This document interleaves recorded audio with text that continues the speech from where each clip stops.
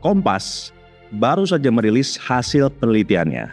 Ini Kompas loh ya, lembaga yang sama-sama kita akui kredibilitas dan juga independensinya. Menjelang akhir jabatannya, kepuasan masyarakat pada pemerintahan Jokowi malah semakin meningkat. Desember 2023, sebelum pemilu, Kompas mencatat tingkat kepuasan terhadap kinerja Jokowi ada di 73,5%. 6 bulan berselang, setelah melewati keriuhan pemilu, tingkat kepuasan Jokowi malah meningkat 2,1 poin ke 75,6%. Saya sejujurnya lumayan kaget.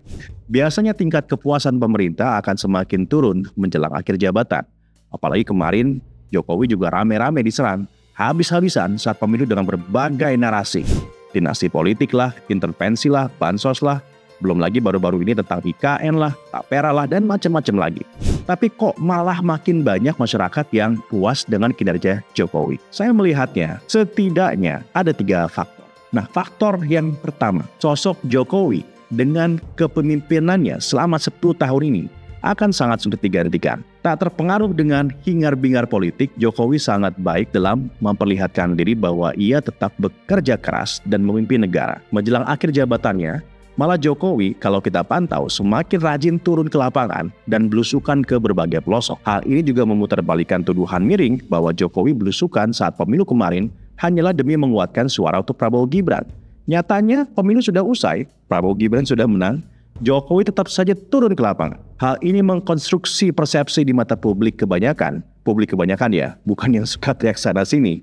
Kalau selama ini tuduhan tersebut salah, dan Jokowi adalah presiden yang memang sederhana saja memaknai kepemimpinannya, yaitu bekerja. Nah, faktor yang kedua, disadari atau tidak, keadaan ekonomi di Indonesia di tengah volatilitas situasi geopolitik yang tidak menentu bisa tetap stabil dan cenderung membaik. Harga bahan pangan tetap terjangkau, naik turunnya selalu ada pada batasnya.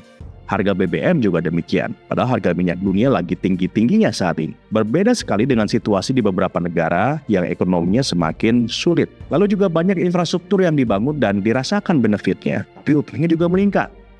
Itu nanti kita bahas saja. Jangan berdebat di video ini. Ya, kesempatan bekerja atau setidaknya berusaha pun sekarang semakin terbuka. Hal ini yang real dirasakan di masyarakat kebanyakan. Saya bilang kebanyakan ya. Artinya ya mungkin masih ada aja yang belum merasakan manfaat tersebut. Namun kalau kita lihat ya dari point of view negara, kita memang harus melihatnya melalui angka-angka yang sifatnya makro. Yang saat ini indikatornya semakin membaik. Nah, faktor yang ketiga, ada satu teori yang disebut dengan spiral of silence.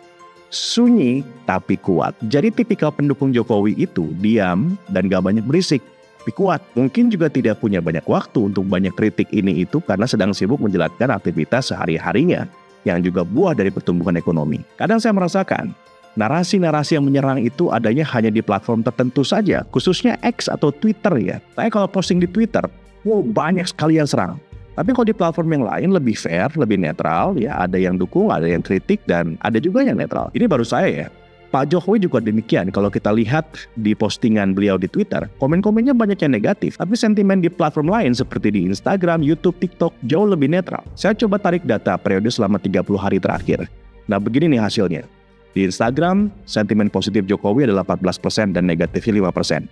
Di TikTok, sentimen positif Jokowi adalah 11%, negatifnya pun kurang lebih sama, 11%. Sementara itu di pemberitaan, sentimen positif Jokowi itu 5% dan negatifnya 4%. Sisanya netral, artinya yang netral dan positif jauh lebih banyak dibandingkan negatifnya. Sementara itu kalau di Twitter, sentimen positifnya Jokowi hanya 10%, sementara itu negatifnya 34%. Tapi kalau kita tarik semua data dari seluruh platform, sentimen positif Pak Jokowi itu 11% dan negatifnya hanya 9%. Sisanya 80% netral. Artinya 91% pengguna sosial media memberikan apresiasi yang netral dan positif kepada Pak Jokowi. Kawan-kawan, mungkin saya sedikit mellow ya. Tetapi yang ingin saya tekankan melalui konten ini adalah tak lama lagi loh Pak Jokowi akan mengakhiri jabatannya. Hanya sekitar 3 bulan lagi. Anda mau bilang saya apa? Menjilat lah atau apalah, terserah aja.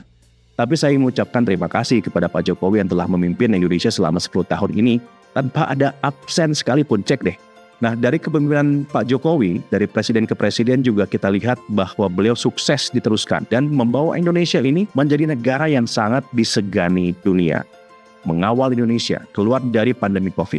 dan tetap berhasil membangun perekonomian dan juga infrastruktur. Saat saya bertugas sebagai jurnalis, saya melihat langsung bagaimana ketika Jokowi turun ke masyarakat, menyentuh langsung tangan emak-emak dan juga anak-anak di pelosok, berjalan di tanah becek yang sama dengan rakyat, berada di tengah rakyat yang berkeringat tanpa jarak, akan selalu menjadi legacy Jokowi.